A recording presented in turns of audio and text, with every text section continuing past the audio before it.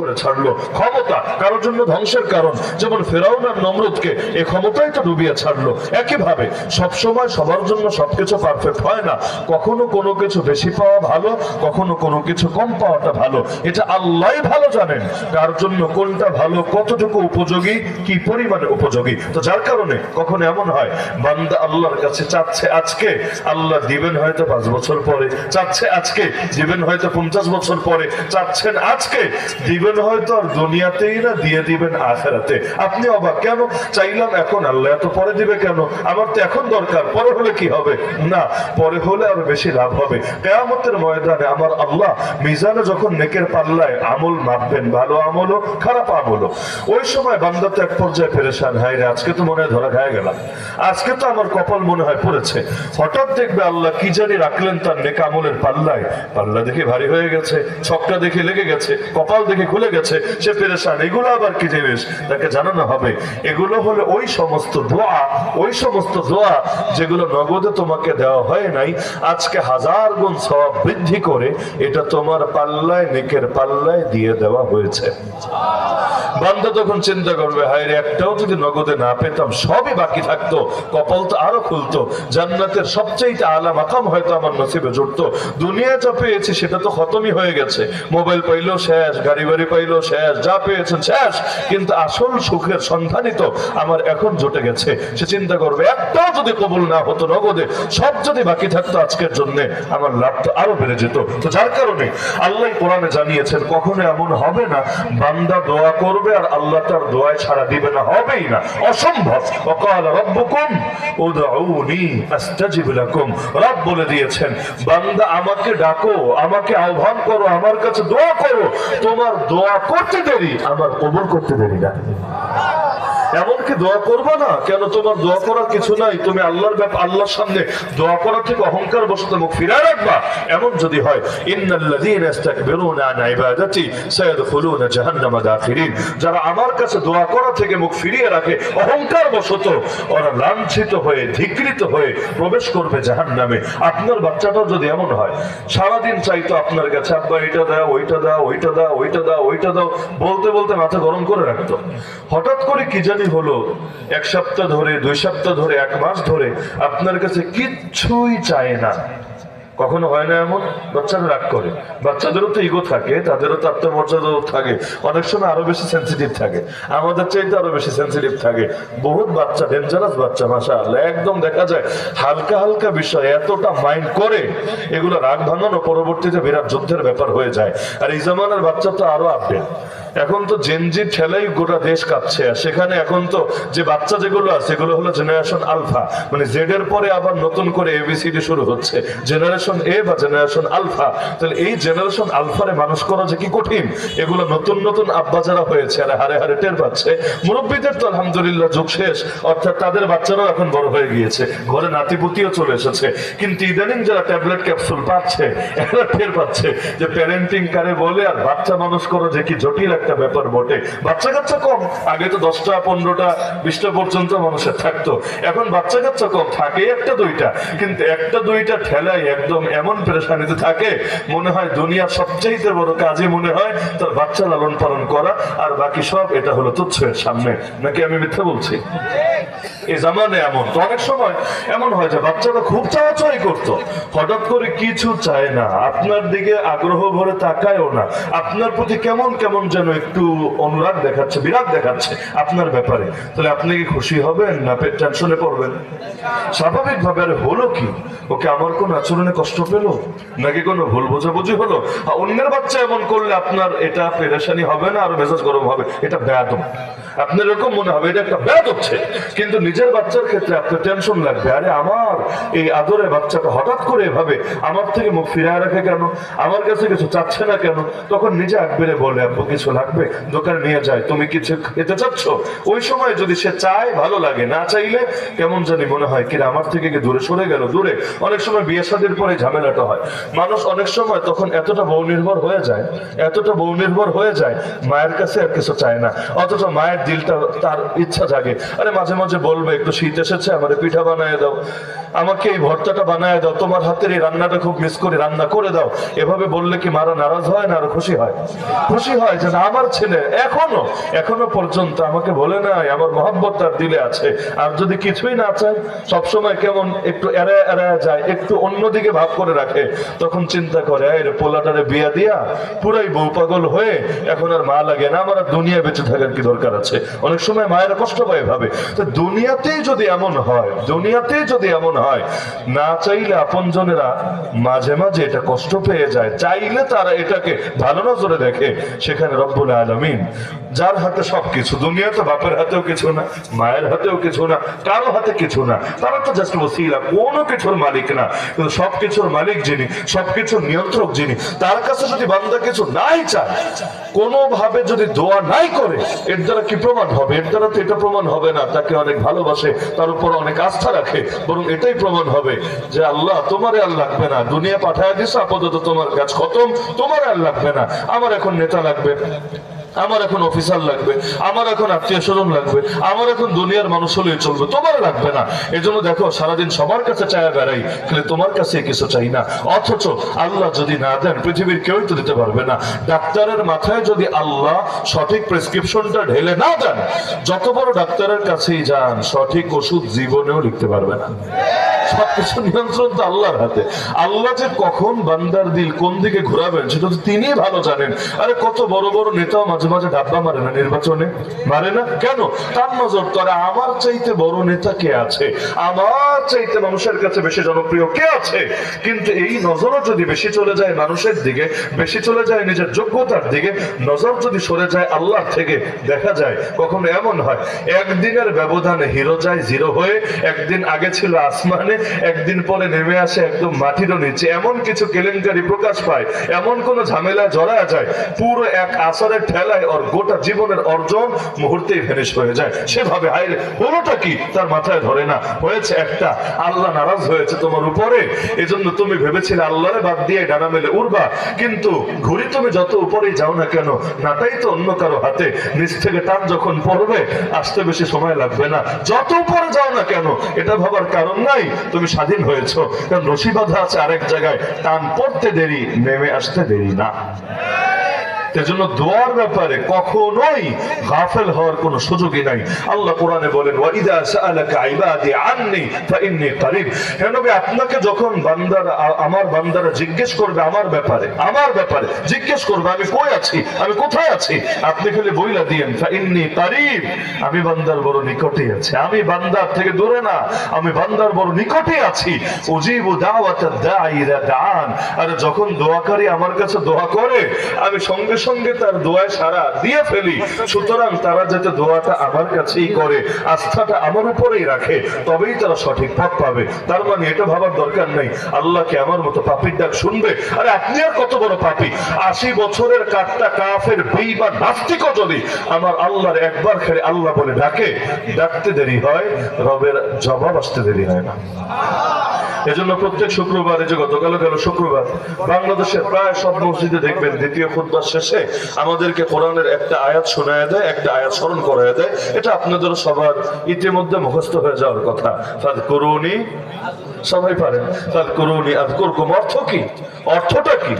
যদিও অর্থ বুঝুক না বুঝুক, বাঙালি এটা বোঝে খুতবা শেষ হওয়ার টাইম এসেছে, আমাদেরকে এখন দাঁড়িয়ে যেতে হবে, আর বসে থাকার সময় নেই, কাতার সোজা করতে হবে, এটা মোটামুটি বোঝে, তো খারাপ না। কিন্তু ফাযকুরুনি আযকুরকুম মানে কি?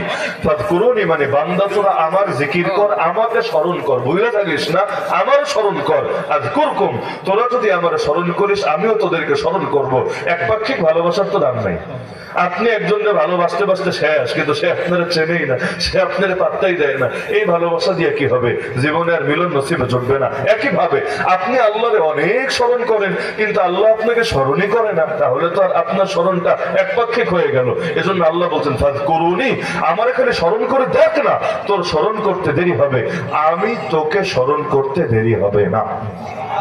এজন্য নামাজে দাঁড়াও যখন আল্লাহকে স্মরণ করেন, আলহামদুলিল্লাহ রাব্বিল আলামিন, সমস্ত প্রশংসা আল্লাহ, যিনি সমস্ত জাহানের রব। আপনি দ্বিতীয় আয়াতে যাওয়ার আগেই আল্লাহ কিন্তু জবাব দিয়ে ফেলেন। বলবেন কই শুনি না তো, কিছু শুনি না। আরে কত কিছুই তো শুনি না, কত কিছুই তো দেখি না, আমাদের প্রত্যেকের সাথে ফেরেশতা আছে নাকি নাই? দেখি তো না। এমনকি চোখের সামনে কেউ যখন মরে কোন দিকে ফেরেশতা আসলো, কেমনে জান কবজ করলো, দেখি তো না। আরে আমরা তো এত দুর্বল, নিজের চোখ দিয়ে নিজের চোখটারই দেখি না। চোখ দিয়ে আপনারটা দেখতে পাচ্ছি, কিন্তু আমার চোখ দিয়ে কিন্তু আমার চোখটাকেই দেখতে পাচ্ছি না। এত দুর্বল আমরা, এত দুর্বল। আমাদের জ্ঞানও এত কম, এত কম। আমাদের ভেতরে রূহ আছে, সবাই জানি, সবাই বুঝি, কিন্তু রূহ জিনিসটা যে কি, কেমনে ঢোকে, কেমনে বের হয়, কি হয় না হয়, কিছুই তো জানি না। তাহলে এত ক্ষুদ্র জ্ঞান নিয়ে, এইরকম দুর্বল চোখ নিয়ে, এইরকম দুর্বল কান নিয়ে অত কিছু শুনবো কিভাবে? শুনবোটা কিভাবে? দেখবোটা কিভাবে? লেকিন আমার চোখ ভুল করতে পারে, আমার কান ভুল করতে পারে। আল্লাহ এবং তার রাসূল যেটা জানিয়েছেন ওহীতে, এটা কখনোই ভুল হতে পারে না। নবীজি বলেছেন, আল্লাহ জবাব দেন, বান্দা যখন বলে আলহামদুলিল্লাহ রাব্বিল আলামিন, সঙ্গে সঙ্গে আল্লাহ জবাব দেন, হামিদানি আবদি, আমার বান্দা আমার প্রশংসা করেছে। আল্লাহ খুশি, দেখ আমার বান্দা আমার ভুলে থাকে নাই, আমার বান্দা আমার প্রশংসা করেছে। এরপর বান্দা বলে আর রহমানির রহিম, আরে চেনো আমার আল্লাহকে? আমার আল্লাহ পরম করুণাময়, আমার আল্লাহ চির দয়ালু। সঙ্গে সঙ্গে আল্লাহ জবাব চলে আসে, দেখো আসনা আলাইয়া আবদি, আমার বান্দা আমার গুণগান গাচ্ছে। বান্দা বলে মালিক ইয়াউমিদ্দিন, আমার আল্লাহ বিচার দিবসের একমাত্র মালিক, দ্বিতীয় কোনো মালিক নাই, দ্বিতীয় কোনো বাদশা নাই। বিচার দিবস তথা কিয়ামতের দিনের মালিক কে? আমার আল্লাহ। সঙ্গে সঙ্গে আল্লাহ জবাব দেন, মাজ্জাদানি আবদি, আমার বান্দা আমার গৌরব বর্ণনা করছে, আল্লাহ খুশি হচ্ছেন।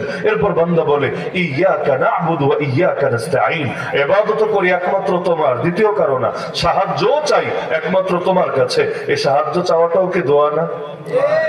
ইবাদতের সাথেই সাহায্যের কথা। তার মানে ইবাদতের মধ্যে এই সাহায্য চাওয়াটা বা দোয়া করাটা কি পরিমাণ গুরুত্বপূর্ণ ভাবতে পারছেন? এটা বলছে না ইবাদত করি তোমার, নামাজও করি তোমার জন্য, ইবাদত করি তোমার, জিহাদও করি তোমার জন্য, কিন্তু ইবাদত করি তোমার, সাহায্য চাই তোমার কাছে। সাহায্য চাওয়া ইবাদত, আলাদা বলা লাগে না, এইটাও ইবাদত, কিন্তু আলাদা করে বলেছেন এই কারণে, কারণ ওই যে আগে বললাম সবাই সবার কাছে চায় না, চাওয়ার মুখ থাকে না।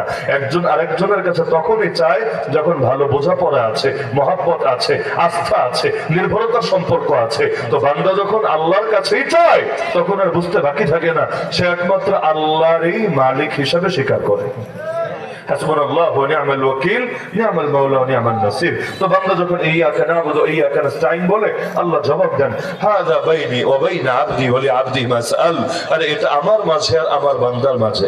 অনেক সময় বলি না দোস্ত, এই কথাটা খালি তোর মাঝে আর আমার মাঝে, এটা অন্য কারো না, তোর লগে খালি শেয়ার করলাম, এটা অন্য কারোর সাথে না, এটা সিক্রেট আমাদের ভেতরে। আল্লাহ বলেন হাযা বাইনি ওয়া বাইনা আবদি, আরে এটা আমার মাঝে আর আমার বান্দার মাঝে।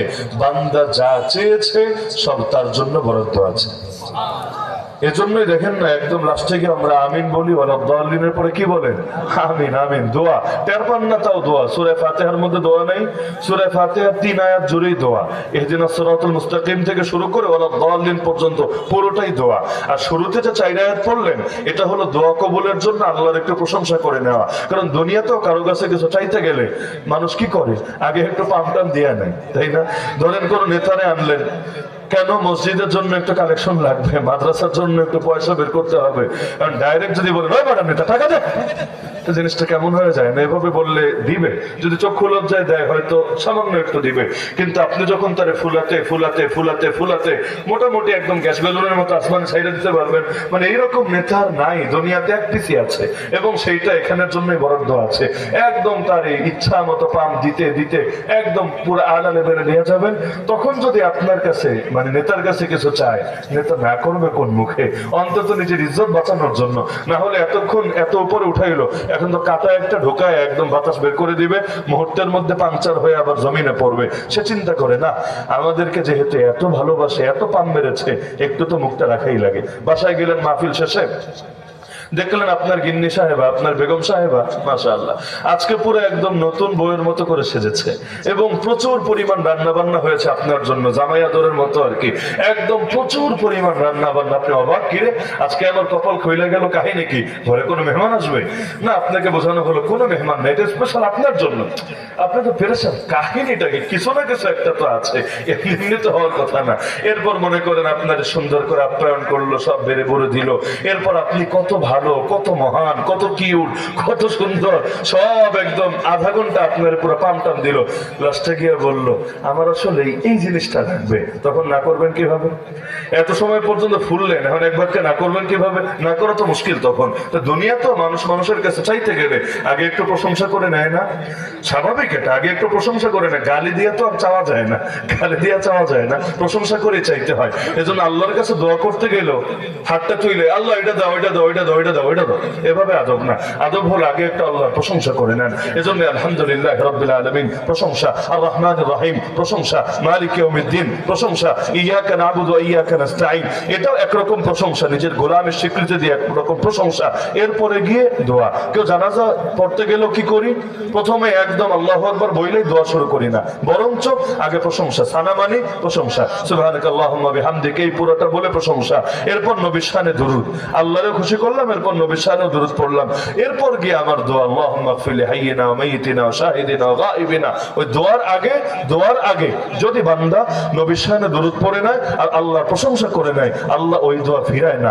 আর যদি দুরূদটা না পড়ে, আল্লাহর শানে প্রশংসা না করে, দোয়াটা আটকে যায় আসমান আর জমিনের মাঝে, এটা উপর পর্যন্ত পৌঁছায় না। এজন্য দোয়ার আদবই এটা। এজন্য হুজুরদেরকেও দেখবেন হাত তুইলেই শুরু করে না, এক দুই বাক্য হলো একটু প্রশংসা করে নেয়, করে না? আর কিছু না হলে অন্তত ওই শর্টকাটে বলল আলহামদুলিল্লাহ রাব্বিল আলামিন প্রশংসা, ওয়াসসালাতু ওয়াসসালামু আলা সাইয়্যিদিল মুরসালিন নবীর শানে দুরূদ। এরপর গিয়ে আসল কথা, কেন আশা করা যায় এটাকে আর আল্লাহ রাব্বুল আলামিন ফিরাবেন না। নামাজের মধ্যেও ওই দোয়ায়ে মাসুরা পড়েন না আপনারা? দোয়ায়ে মাসুরা তো দোয়াই, দোয়ায়ে মাসুরা তো দোয়াই, যদিও ঝামেলা আছে এক জায়গায়, দোয়া করতে হয় বুক থেকে, আর আমাদের অধিকাংশ দোয়া বের হয় খালি মুখ থেকে। মুখ আর বুকের কানেকশন যদি না হয়, ওই দোয়া আসমান পর্যন্ত পৌঁছবে কিভাবে? দুনিয়াতেও যখন কোনো কথা হৃদয় থেকে বের হয়, হৃদয় থেকে কথা বের হলে হৃদয়ে গিয়ে প্রবেশ করে, হৃদয় ছুঁয়ে যায়। আর যদি কথা খালি মুখ থেকে বের হয়, ওইটা টের পাওয়া যায়, ওইটা কানের পাশ দিয়ে চলে যায়, ওইটা ভিতর পর্যন্ত যায় না। তাহলে যদি চান দোয়া কবুল হোক, দোয়াকে খালি মুখ থেকে বের করতে হবে না বুক থেকেও বের করতে হবে? সূরা ফাতিহার মধ্যেও দোয়া করি, কিন্তু আবেগ থাকে না। কেন? কি যে বলছে ওইটা তো জানি না, পড়তে পড়তে বুড়ো হয়ে গেলাম। কিন্তু ইহদিনাস সিরাতাল মুস্তাকিম যে একটা দোয়া, হেদায়েতের দোয়া, জীবনের সবচাইতে দামি দোয়া, ওই অতটুকু অনুভূতিও তো আমার ভেতরে কাজ করে না। অথচ এতটুকু জানতে বড় হুজুর হওয়া লাগে না, এতটুকু জানতে মাদ্রাসায় পড়া লাগে না, খালি ইচ্ছা থাকলেই চলে, আর কিচ্ছু লাগে না। ইচ্ছা থাকলেই চলে, কিন্তু ওইটাও জানতে রাজি না। দোয়ায় কোনো দোয়া না, দোয়ায় কোনো তো বুক থেকে বের হওয়া দরকার ছিল না। কি যে চাচ্ছে আল্লাহর কাছে ওইটাও তো বুঝি না। এমনকি দোয়ায় মাসুরা দোয়া না। খেয়াল করলে দেখেন, নামাজের পরে নিজেরা দোয়া করলে ওই দোয়ার প্রতি যতটা আগ্রহ এবং আবেগ কাজ করে, নামাজের মধ্যেই সালামের আগে যে নবীর শেখানো দোয়া আছে, ওইটার প্রতি কিন্তু এরকম আবেগ কাজ করে না, যার কারণে রকেটের গতিতে পড়ে। আমাদের আবার পড়ার একটা সুন্দর আদব আছে। কি আদব জানেন? যদি জোরে জোরে পড়ি, ধরেন আপনারই দাঁড় করায় দিলাম মাগরিবের নামাজে, দোস্ত তুই আজকে ইমাম হ, যদ্দূর পারস আজকে ইমামতি কর, তাহলে কি হবে? দেখবেন তারে দাঁড় করায় দিলাম, সে যেমনে পারে মোটামুটি সুন্দর করে একটু পড়ার চেষ্টা করবে। কিন্তু জোহরের নামাজটা যখন পড়বে, যখন কেটা শোনা যাবে না, অথবা একা একই নামাজ যখন পড়বে, তখন দেখবেন রাকাতের স্পিডটা একটু বেড়ে গিয়েছে। আগে যদি 1 গুণ গতিতে হয়েছে, এখন 2 গুণ 4 গুণ গতিতে হচ্ছে। আপনি টাইম মাপলেটার পাবেন, টাইম মাপলেটার পাবেন। দেখবেন যেই নামাজ পুরোটা মনে মনে হয়, একটু তাড়াতাড়ি শেষ হয়ে যায়। যে নামাজ একটু জোরে জোরে পড়ে, একটু টাইমটা বেশি লাগে। কেন? কারণ উভয় জায়গায় কেরাত আছে, কিন্তু একটা খালি আল্লাহ শোনে, আর আরেকটা আল্লাহর পাশাপাশি বান্দাও শোনে। যখন বান্দা শোনে আমরা একটু বেশি সিরিয়াস থাকি, আর যখন খালি আল্লাহ শোনে, আল্লাহ তুমি তো সবসময় শোনো, এত কিছু বিস্তারিত বলা লাগে। এজন্য দেখবেন অধিকাংশ বাঙালি আর তাহিয়াত পরে 4G স্পিডে, জানেন না? আচ্ছা, একদম কি যে পড়ে। এজন্য আসলে যে পড়ে এটার একটা উদাহরণ আছে। আপনি যে কাউরে জিজ্ঞেস করবেন, ভাই শুদ্ধ করে একটা বার দোয়া কোনটা পড়ে শোনাও তো, দেখবেন অধিকাংশ জন ধরা পারে না। 2-4 বাক্য বলবে আল্লাহুম্মা ইন্না নাস্তাইনুকা, একটু শুরু করবে, মাঝখানে গিয়ে প্যাসপোস লাগাই দিবে। কেন প্যাস লাগে? কেন? সূরা ফাতিহায় তো প্যাস লাগে না, এখানে প্যাস লাগে কেন? কারণ ওই যে 4G স্পিডে পড়তে পড়তে অভ্যস্ত, তো এখন শুদ্ধ কইরা ঠান্ডা মাথায় সুন্দর কইরা বলতে গেলে আর আসে না। আমাদের এক উস্তাদ ছিলেন, আগে এক সময় সিরাজগঞ্জে শিক্ষকতা করতেন, মাওলানা মামুনুল হক সাহেব যে মাদ্রাসা ছিলেন, একই সাথে একই সময়। তো এখন ওইখানে একটা লোক ছিল, এ হলো হুজুরদের খুব উল্টাপাল্টা প্রশ্ন করতো, আর হুজুররা যদি না পারতো সে খুব মজা পেত, যে আজকে হুজুরে আটকায়া দিয়েছে, হুজুর আমার প্রশ্নের জবাবই দিতে পারে নাই, সে মহা একটা খুশির বিষয় হতো। প্রশ্ন হতো সেই রকম মাঝে মাঝে প্রশ্ন। তো একদিন হুজুর শোনাচ্ছেন যে এসে নামাজ পড়ে মসজিদ থেকে বের হচ্ছেন বেতে শেষ করে, হঠাৎ করে দৌড়ে এসেছে, হুজুর হুজুর একটা প্রশ্ন আছে, আমার একটা জবাবটা দিয়ে যান। তো হুজুর তো বুঝেছে ও তো মার্কা মারা, এটা প্রশ্ন তো করবে সেই টাইপের একটা প্রশ্ন। এখন যেহেতু ধরা খেয়ে গেছে, কিছু করার নেই, আসলো প্রশ্ন করলো, হুজুর আমার অনেকদিন ধরে একটা বিষয় জানার কৌতূহল, কারে না কারে জিজ্ঞেস করব, কিন্তু আজকে মনে হলো না আপনি এটা পারফেক্ট, এটা জবাব দেওয়ার জন্য আপনারই জিজ্ঞেস করি। প্রশ্নটা হলো, হুজুর ফেরাউনের নানির নাম কি? তাহলে অনেকদিন ধরে জানার আগ্রহ, ফেরাউনের নানি, নানাও না, আব্বাও না, আম্মাও না, ফেরাউনের নানি। ফেরাউনের নিজের নামটা জানতে চাইলেও হইতো, ফেরাউন কিন্তু কারো নাম না। ফেরাউন নামে কোনো মানুষ পৃথিবীতে কোনোদিন ছিলই না। ফেরাউন মানে প্রেসিডেন্ট, ফেরাউন মানে রাষ্ট্রপতি। ওই মিশরের প্রেসিডেন্টকে ওদের মাতৃভাষায়, ওদের ওই সময় যেটা ভাষা ছিল, ওই সময় ভাষা আরবি ছিল না, আরবি এটা পরে হয়েছে। ওই সময় ওদের যে মাতৃভাষা ছিল, ওদের ভাষায় ওরা ফেরাউন বলে ডাকতো। যেমন রাষ্ট্রপতি আমরা বাংলায় বলি, ওই আমেরিকানটাকে রাষ্ট্রপতি শব্দ চেনে, ওরা প্রেসিডেন্ট বলতে পারে, রাষ্ট্রপতি শব্দ তো ওরা বলবে না, এটা আমাদের মাতৃভাষা, আমাদের বাংলা ভাষা। একইভাবে ওদের ভাষায় ফেরাউন বলতো কাকে? প্রেসিডেন্টকে। এটা কারো নাম না, প্রেসিডেন্ট কারো নাম আছে নাকি? এটা নাম না, নাম না, এটা একটা পদ, এটা একটা তার যোগ্যতা। তো এখন ফেরাউন নামের কোন মানুষ পৃথিবীতে কোনোদিন ছিল না, আল্লাহ নামে হাইড করে ফেলেছেন, ওর নামটাই আর মানুষকে জানান নাই। মাঝে মাঝে এমন হয় দুনিয়াতে আমরা অনেকের নাম মুখে আনি না, নামটা আড়াল করে অন্য শব্দ দিয়ে বলি, লোকে বুঝে ফেলে। যেমন আমি যদি বলি কাউয়া, নাম না বললেও মানুষ কি জানি একটা বুঝে ফেলে। আমি যদি বলি মুরগি চোরা, মানুষ কি জানি একটা বুঝে ফেলে। মাঝে মাঝে হয় এমন, নাম বলা লাগে না, নামের চাইতে ওইটা দিয়ে বললে ব্র্যান্ডিংটা আরো ভালো হয়ে থাকে। এজন্য আমার আল্লাহ ফেরাউনের নাম হাইড করে দিয়েছেন। ওই ফেরাউন ফেরাউন ফেরাউন এটা বলতে বলতে ওর নামে গিয়েছে গায়েব হয়ে। তো ওর নাম জানতে চাইলেও চলতো, কিন্তু জানতে চাইলো কার নাম? ফেরাউনের নানির নাম। এখন তিনি চিন্তা করলেন, আরে প্রশ্ন তো একটা করেছে, এটা জবাব তো আসলে কারো পক্ষে দেওয়া সম্ভব না, কারণ ফেরাউনদের নিয়ে গবেষণা করার টাইম কার আছে? এখন তার অতীত ইতিহাসও ঘেটে ঘেটে বের করবে। এবার হুজুর চিন্তা করলেন, নরে আজকে একটা শিক্ষা দিতে হবে, এই বেয়াদবরে এমন একটা শিক্ষা দিতে হবে যাতে করে চিরকালের জন্য প্রশ্ন কি করা লাগবে, এই কমন সেন্সটা যাতে ওর ভেতরে জাগ্রত থাকে। হুজুর বলেন, হ্যাঁ আমি তোমাকে সুন্দরভাবে জবাব দিব, খালি ফেরাউনের নানি না, তার নানি, ওই নানির নানি, সবার নাম আমি তোমারে বলে দিব, একদম রেফারেন্স সহ বলার ব্যবস্থা করে দিব, কিন্তু শর্ত হলো একটা কাজ তোমার করা লাগবে। সে তো খুশি, যাক হুজুরে তাহলে এই হুজুর মনে হয় অনেক জানে, আটকানো যাবে না, তাহলে দেখি আসলে জবাবটা সহি হয় কিনা। না হলে হুজুর বলার পর গুগলে সার্চ করবে, অন্য কোনো ভাবে চেষ্টা চালাবে, কোনোভাবে ভুল টুল বের করা যায় কিনা। অনেকে হয় এরকম, চেষ্টা করে কোনোভাবে আটকানো যায় কিনা। তো জবাব শুনতে কি কাজ করা লাগবে সে রাজি। হুজুর বললেন, আচ্ছা এই কাজটা করলে আমি তোমার জবাব দিব। কাজটা হলো তুমি একটা বার শুদ্ধ করে দোয়ায় কোনটা পড়ে শোনাবে আমাকে, কারণ মাত্রই তো এশার নামাজ শেষ হয়েছে, বেতন পড়ে এসেছে, একবার শুদ্ধ করে আমার দোয়ায় কোন শোনাবা, শোনাতে পারলে আমি তোমার এটা জবাব দিব। এখন শুরু করে তো মাঝখানে আটকে গেছে, আর পারে না, লেগে এখন শেষ করতে পারছে না। এবার ধরলেন, আচ্ছা মতো বেটা ফাজিল, যেটা তোর শরীয়তের জন্য দরকার, দিন পালনের জন্য দরকার, ধর্মচর্চার জন্য দরকার, ওইটার খবর নাই। আর যেটা নিয়ে আল্লাহ তোরে ধরবে না, না আখেরাতে, না হাসরে, না হলো কবরে, না কোনো জায়গায়, যেটার জন্য কখনো তোরে কোথাও আটকাতে হবে না, ওই ফাও জিনিস নিয়ে তুই গবেষণায় লিপ্ত না। আউযুবিল্লাহি মিন যালিক। অথচ নবী বলেন, ব্যক্তির ইসলামের সৌন্দর্য এখানে সে অনর্থক জিনিস পরিহার করে, অনর্থক কথা বলা, অনর্থক কাজ করা, অনর্থক টাইম পাস করা, এটা মুসলমানের শানে হতে পারে না। নবী বলেন, মিন হুসনি ইসলামিল মারই তারকুহু মা লা ইয়ানি, মুমিনের ইসলামের সৌন্দর্য এখানে সে অনর্থক কথা, অনর্থক কাজ, যা কিছু অনর্থক আছে এগুলোকে পরিহার করে। এমনকি আমাদের শেখ ও মুর্শিদ, আমরা যখন ছাত্র ওই সময় বলেছিলেন, শোনো অনর্থক কাজ করবা না, যদি কিছু কাজ না পাও প্রয়োজনে ঘুমাবা, ঘুমটা অনর্থক না, ঘুমের দ্বারা শরীরের তো লাভ হবে, কিন্তু অনর্থক গল্প করো, অনর্থক টাইম পাস করো, এটা করবা না। ওই ছেলেরা যখন গেম খেলে, আপনি গিয়ে জিজ্ঞেস করবেন কি করো, বলবে টাইম পাস করি।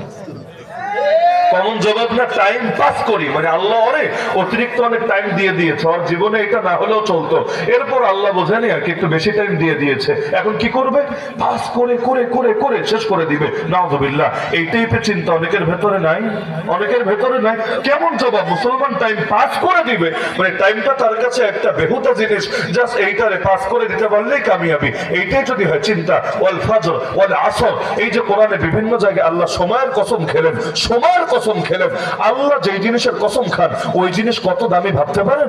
আল্লাহ যেই জিনিসের কসম খান ওই জিনিস কত গুরুত্বপূর্ণ চিন্তা করতে পারেন?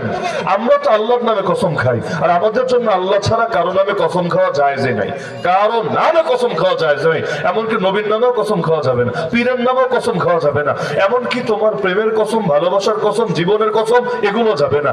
এমনকি এখন কেউ কেউ আবেগে বলছে ওসমান হাদির রক্তের কসম, না, রক্তের কসমও করা যাবে না, কসম একজনের করা যাবে, তিনি কে?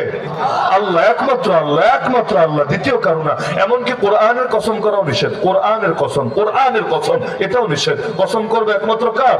যদিও কোরআনের কসম করলে শিরিক হবে না, কারণ কোরআন আমার আল্লাহর কালামে, শিরিক হবে না, কিন্তু এটাও নিষেধ। বরঞ্চ হাদিসে আছে কসম করতে হবে একমাত্র কার নামে? আল্লাহর নামে কসম করবে। তাহলে যেখানে আমরা কসম করি আল্লাহর নামে, আমাদের জন্য জায়েজ নাই। আল্লাহ আল্লাহ তিনি কসম খেয়েছেন আরো কিছু জিনিসের, আল্লাহর উপরে কে বা জায়েজ না জায়েজের মাসালা চলবে নাকি?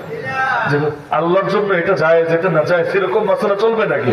আমার আল্লাহ যেই সমস্ত জিনিসের কসম খেয়েছেন একমাত্র এ কারণে খেয়েছেন এটা যে কত দামি, কত গুরুত্বপূর্ণ, এটা যাতে বান্দা বোঝে, তার মাথায় যাতে কাজ করে। সময়ের কসম খেয়েছেন কে?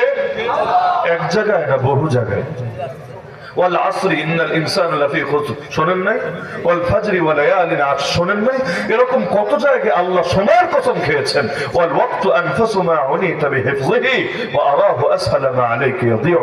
আমরা যত জিনিসের যত্ন নেই, যত্ন না নিলে তো কোনো জিনিসে থাকে না। ইলেকট্রনিক ডিভাইসেরও যত্ন নিতে হয়, গাড়ি বাড়িরও যত্ন নিতে হয়, দা বটিরও যত্ন নিতে হয়, ওইটা পয়লা থাকলেও জমটম ধরে ব্যবহারে অযোগ্য হয়।